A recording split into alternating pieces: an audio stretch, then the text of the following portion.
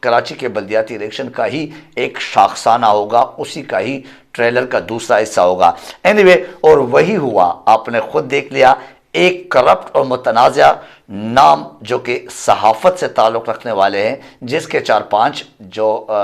Channels ہیں، T V channels ہیں، جس کے ایک اخبار ہے، اور وہ نواز شریف اور شہباز شریف کے ساتھ مختلف وفد میں لندن میں دیکھا گیا ہے اور دیکھا جا سکتے ہیں۔ پھر اس کے بعد زرداری نے اس کو اپنے منہ بولا بیٹا بولا ہوا ہے، یعنی مینز اپنے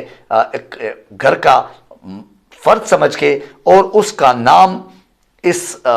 نگران سیٹ-اپ میں دینا، یہ صرف اور صرف ان کا طے شدہ ایک منصوبہ، ایک سازش، جسے پاکستان کے اندر کا سازش کہا جا سکتا ہے، کہ آنے والے الیکشن کے مینڈیٹ کو کیسے ہائی جیک کیا جائے، یہ اس کا ایک کہ اسی کا ایک حصہ ہے، اور اسی منصوبے پہ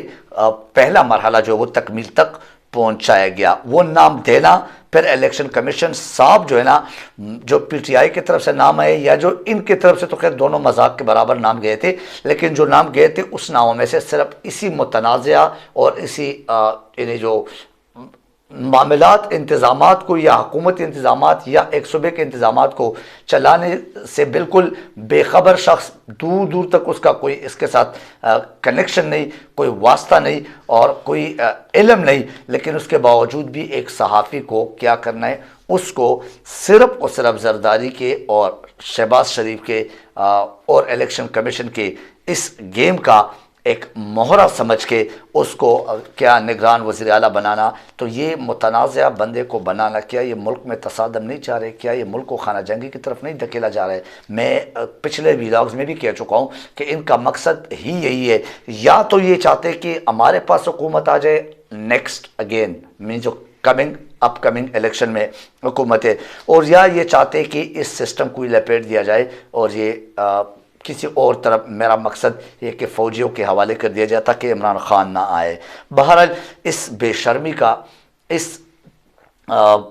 بے حیائی کا، میرے خیال سے اگر 24-25 کروڑ عوام کے ساتھ یہ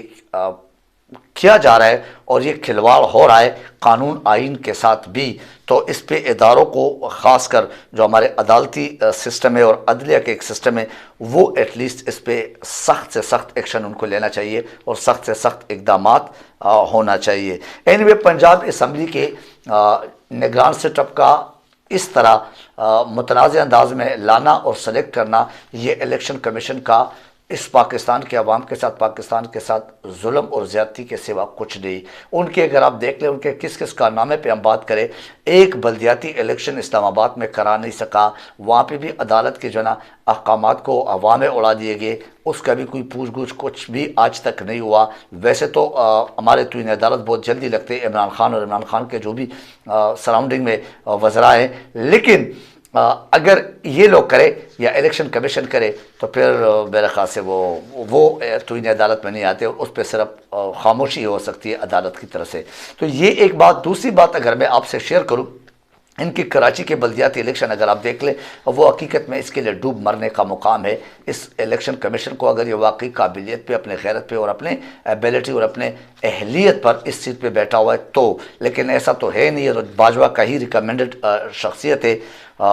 تو اس نے پھر عوام کے ساتھ وہی کرنا ہے جو باجوہ صاحب سے جو کام رہ گئے یا وہ ان کے ابھی اپروچ میں نہیں ہے۔ تو اب یہ ہمارے لیے ایک دوسرا باجوہ کی صورت میں بیٹھا ہوا ہے الیکشن کمیشن بن کے۔ اینی کراچی کے بلدیاتی الیکشن بھی دیکھ لیں، پھر پنجاب میں جو گیم کھیلا جا رہا ہے، یہ آنے والے الیکشن میں مینڈیٹ کو ہائی جیک کرنے کا، جیسے میں نے آپ سے کہا، اور اسی کی ایک کڑی ہے